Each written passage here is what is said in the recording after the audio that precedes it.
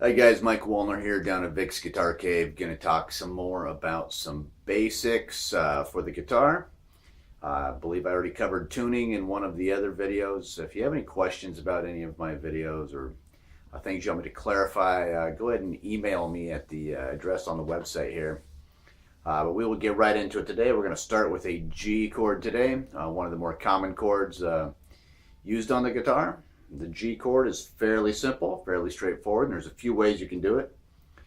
For beginners, I recommend just doing the 3-string basic version of G. You're going to take your third finger, your ring finger.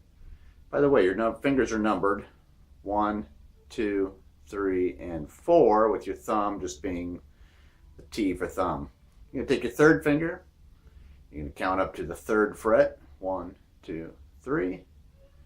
Get up as close to the fret as you can without going over the top of it. You're going to press that string down. You want to be right on your fingertip. Thumb should be square to the back like that.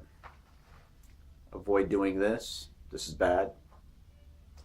So, wrist down and away from you. Finger arched right there. You're going to strum 3 strings, the highest 3 strings, or the 3 strings that are closest to the ground. I say they're the highest because they're the highest pitch, even though they are the lowest in position on the guitars. So that guitar pick is going to be held roughly like that.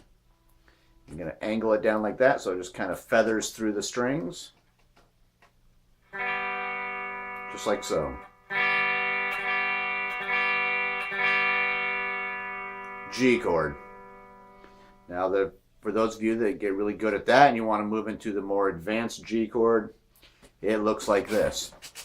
The second finger is going to come all the way across to the opposite side of the neck on the low E string at the 3rd fret.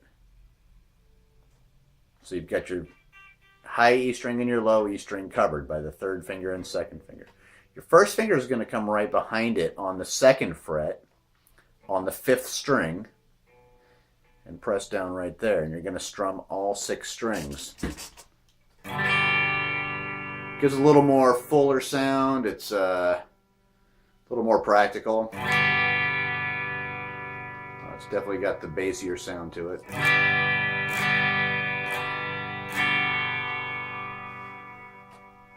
Another way you can do it is with a thumb. Instead of using your 2nd finger here, use your thumb across the top.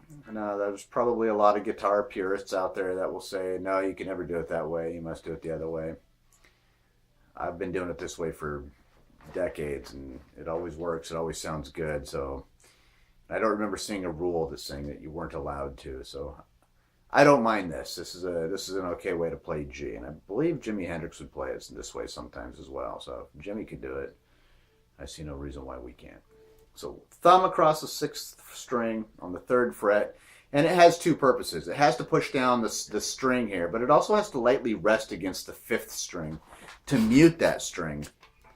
So there's my low 6th string, and then the 5th string is being muted because that note is not part of my G chord, so I just have to make sure that it's silent. So I've got my 3rd finger here, my thumb pushing down on the 6th string at the 3rd fret and muting the 5th string.